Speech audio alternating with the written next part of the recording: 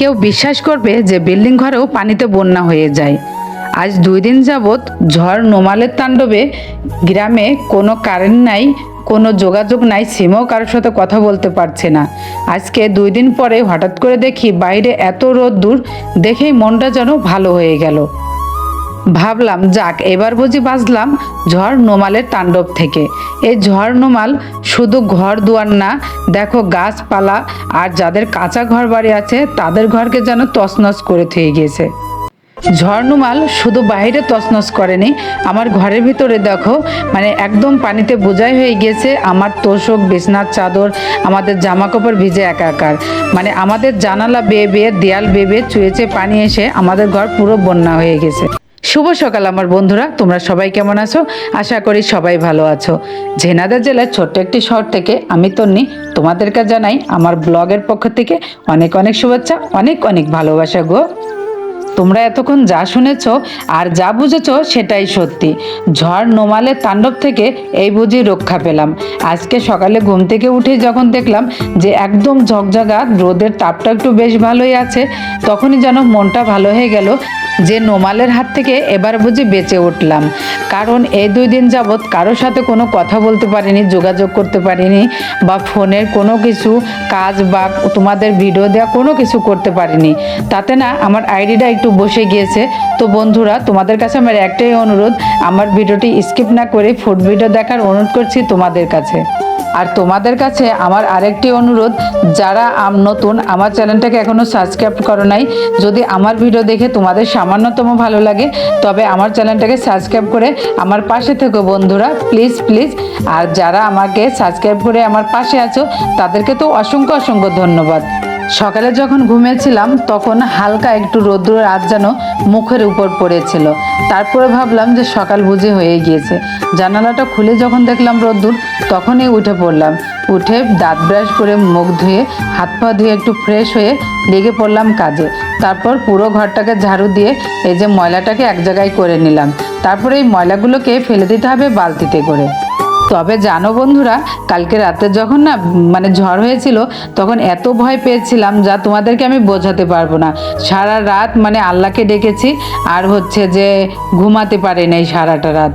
ঝড় নোমাল কিন্তু আসলে অনেক শক্তিশালী একটা ঝড় ছিল। আর এই ঝড়টা মূলত আমাদের যে সুন্দরবন, আমাদের জেলার পাশেই, সেই সুন্দরবন থেকে এটা মূলত এসেছে। তো আমাদের দিকে ঝড়টা কিন্তু অনেক দ্রুত গতিতে হয়েছিল, মানে এত ঝড় এসেছিল যে বাতাসের আওয়াজে যেন ভয়ে আতঙ্কিত হয়ে গিয়েছিলাম। তো দেখো, তোষকটা তো ভিজে গিয়েছিল, আর বিছানার চাদরটাও ভিজে গিয়েছিল, সাথে বালিশগুলো ভিজে গিয়েছিল। এগুলো কালকে রাত্রে আমি ফ্যানের তলায় দিয়ে রেখেছিলাম। তো আর আজকে একটু সামান্য রোদের আছে শুকিয়ে আমি বিছানার চাদরকে বেছে নিচ্ছি। আসলে বিছানার চাদর না থাকলে কেমন একটা খারাপ খারাপ লাগে, আর হঠাৎ করে যদি কেউ বাসায় আসে তাহলে তো অনেকটাই খারাপ লাগবে, তাই না বন্ধুরা বলো? তাই দেখো আমি না এটাকে আগে শুকিয়ে তারপরে বিছিয়ে নিচ্ছি। তবে বন্ধুরা, আমার না খুব জানতে ইচ্ছে করছে যে তোমরা কি আমার মতো ঝড়কে অনেক ভয় পাও? যদি যারা ভয় পাও তারা অবশ্যই আমাকে সুন্দর একটা কমেন্ট করে, প্লিজ প্লিজ। তোমাদের একটা কমেন্ট আমার কাছে কিন্তু অনেক ভালো লাগে। আসলে তোমাদের কমেন্টের আশায় কিন্তু আমি অনেক ভিডিও করি। ঘর ঝাড়ু দেওয়া, ঘর গোছানোর কাজ তো প্রায় কিছুটা কমপ্লিট করলাম। এবার হচ্ছে ময়লা ফেলার পালা। তো ময়লা ফেলতে গিয়ে দেখি রাইস কুকারে কতগুলো ভাত আছে। তো ভাতগুলো তো আর ফেলা যায় না ডাস্টবিনে। তো ভাতগুলো পাশের বাড়ির মানে গরুর জন্য নিয়ে যাচ্ছি। তারপরে পাশের বাসায় গরুকে ভাতগুলো দিয়ে এসে দেখো রাইস কুকারগুলো আর রাতের কিছু থালা বাসন আছে, থালা বাসনগুলোকে ধুয়ে নিচ্ছি। আর তোমরা তো জানোই আমি রাত্রে থালা বাসন ধুই না, সে থালা বাসনগুলোকে আমি সকালে ধুয়ে নিই। আর তবে একটা কথা বন্ধুরা, আমি এই বেসিনের থালা বাসন ধোয়ার ভিডিওটা তোমাদের সাথে ভালো করে শেয়ার করতে পারি না, কারণ এই যে দেখতে পাচ্ছ একটা চওড়া লম্বা দেয়াল, এই দেয়ালটার জন্য আমি তোমাদের ক্যামেরাটা ধরে রাখতে পারি না, আর হচ্ছে ভিডিওটা সুন্দর করে দিতে পারি না। আর এই দেয়ালটার জন্য আমার কাজেরও অসুবিধা হয়। এই যে দেখো থালা বাসন জায়গায় মেজে জায়গায় থুতে হয়, আবার জায়গায় ধুয়ে জায়গায় থুতে হয়। এটা ধোয়ারও কোনো মানে জায়গা খুঁজে পাই না আর কি। দেখো রাতে চা বানিয়ে দিয়েছিলাম ছাড়কে, আর হচ্ছে যে আমরা খেয়েছিলাম সে হাঁড়িটা ধুয়ে নিলাম, আর কড়াইগুলোকেও খুব সুন্দর করে আমি ধুয়ে নিচ্ছি। থালা বাসন ধুতে ধুতে কিছু নিচে পানি পড়েছিল আর পায়ের নিচে চ্যাটপ্যাট করছিল, তাই দেখো ন্যাকড়া দিয়ে মানে রান্নাঘরের নিচেটা মুছে নিলাম, আর রান্নাঘরটা খুব সুন্দর করে মুছে নিলাম গো। এদিকে রান্নাঘরের কাজগুলো আমার প্রায় শেষ। এবার চলে আসলাম, কিছু কাপড় চোপড় নোংরা হয়েছে এই 2 দিনে, অনেক ছ্যাদলা পড়ে গেছে, মানে একটু বৃষ্টি হলে একটু বর্ষা হলেই কাপড়গুলোতে যেন কেমন একটা সাদা সাদা দাগ চলে আসে। তাই আজকে অনেকগুলো কাপড় চোপড় নিয়ে নিলাম, কাপড় চোপড়গুলো কেচে দিব এই ভেবে। তাই দেখো যেটা যেটা কাচতে হবে সেটা সেটা এক সাইড করে নিচ্ছি, আর যেগুলো যেগুলো একেবারে ফেলে দিব সেগুলোকে এক সাইড করে নিচ্ছি। আর কাপড় চোপড় কাচা হয়ে গিয়েছে, কাপড় চোপড় কাচতে কাচতে পুরো ভিজে গিয়েছিলাম, তার জন্য গোসলটা একবারে সেরে নিয়েছি। আর এদিকে দেখো কাপড় চোপড়গুলো মেলতে চলে এসেছি। ছাদে এসে দেখি বন্ধুরা এত বাতাস যে আমার অলরেডি কাপড় চোপড় উড়া শুরু করে দিয়েছে। আমি ভাবছি যে কাপড় চোপড় থাকবে না, আর আমার ক্লিপ আনতে মনেই থাকে না। আর অনেক দিন আগে এনেছিলাম, সেই ক্লিপগুলো যে কোথায় রেখেছি মানে খুঁজেই পাচ্ছিলাম না। দেখো বাতাসের এত গতি যে আমার ক্যামেরাটা পর্যন্ত নড়ে গিয়েছে। তো ওদিকে দিলাম কিছু কাপড় চোপড়, আর ওই তারগুলো ছিল মানে ছাদের এক সাইডে, যদি কাপড় চোপড় সব দিই তাহলে হয়তো পড়ে যাবে। তাই এই যে মাঝখানে একটা তার ছিল, সে তারের ভিতরে মানে যেগুলো ছোট ছোট গেঞ্জি আর কি সেগুলো দিয়ে দিলাম, যাতে পরলে ছাদের উপরেই পড়ে। যা ভেবেছিলাম তাই। কাপড় চোপড়গুলো যখন আমি বিকেলে তুলতে গিয়েছিলাম তখন দেখি যে কাপড় চোপড় অর্ধেক পড়ে আছে আমার ছাদের উপরে, আর অর্ধেক পড়ে আছে নিচে, আর কিছু কাপড় চোপড় পড়ে আছে পাশের বাসার ওদের ছাদের উপরে। তারপর জিহাদকে দিয়ে এগুলো নিয়ে এসেছি আর কি। তো আমি তো ক্লিপ ছিল না, এজন্য হয়তো বা এরকম হয়েছে। আর সেই ভিডিওটা তোমাদের সাথে শেয়ার করতে পারিনি, কারণ হচ্ছে যে এতটা এক্সাইটেড ছিলাম যে ওটা ভিডিও করতে হবে, এরকম কোনো মন মানসিকতা ছিল না। কারণ নিচে পড়ে গেছে, সেখানে যেতে হবে, আর আরেকজনের ছাদে পড়েছে সেখানে যেতে হবে, তাই না, ভিডিও করা হয়নি গো। আর এদিকে চলে আসলাম রান্না বাড়ার কাজে। প্রথমে তো দেখতে পেলে যে আমি ভাজির ভিতরে কিছু লবণ দিয়ে মেখে নিচ্ছি, আর এদিকে মাছগুলোকে হলুদ লবণ দিয়ে মেখে নিচ্ছি। আর ভাজিটা মাখার একটা কারণ আছে বন্ধুরা, সেটা হলো যে লবণ দিয়ে মাখলে কিছুটা পানি পড়ে মানে এটা নরম হয়ে যায়, সেজন্য আমি ভাজি সবসময় লবণ দিয়ে মেখে নিই। আজকে রান্না করতে গিয়ে দেখি বাসায় কোনো তরকারি নাই। তোমার ভাইয়াকে ফোন দিয়েছিলাম, তোমার ভাইয়ালে বললো আজকে যা পারো রান্না করো, আজকে কোনো আমি বাজার করতে পারবো না।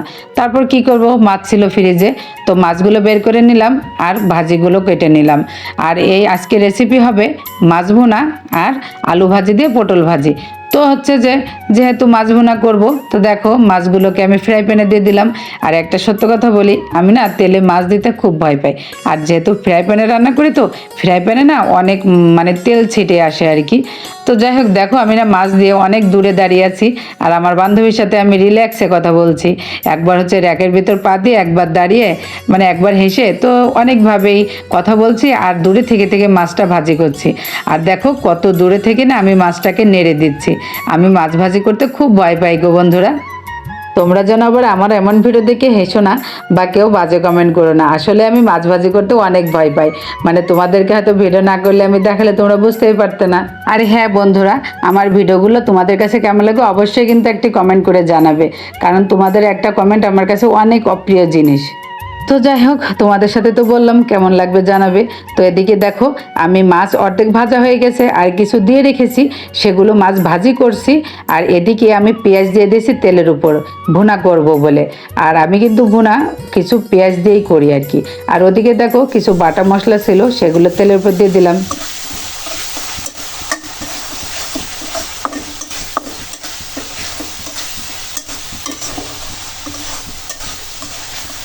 তারপর মশলাগুলো কষিয়ে একটু পানি দিয়ে দিলাম, যাতে পানিগুলো যখন একটু গরম হয়ে যাবে তখন মাছগুলো ছেড়ে দেবো।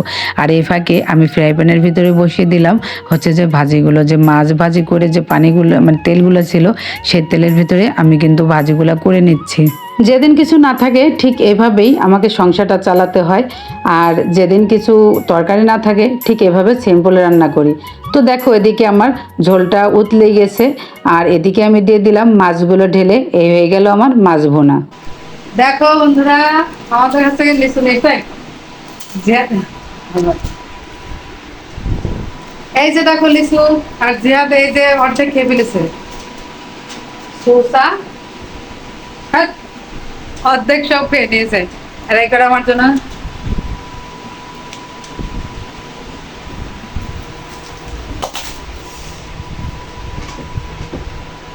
দিয়ে দাও। দেখতেই তো বলে জিহাদের সাথে লিচু নিয়ে একটু দুষ্টুমি করলাম।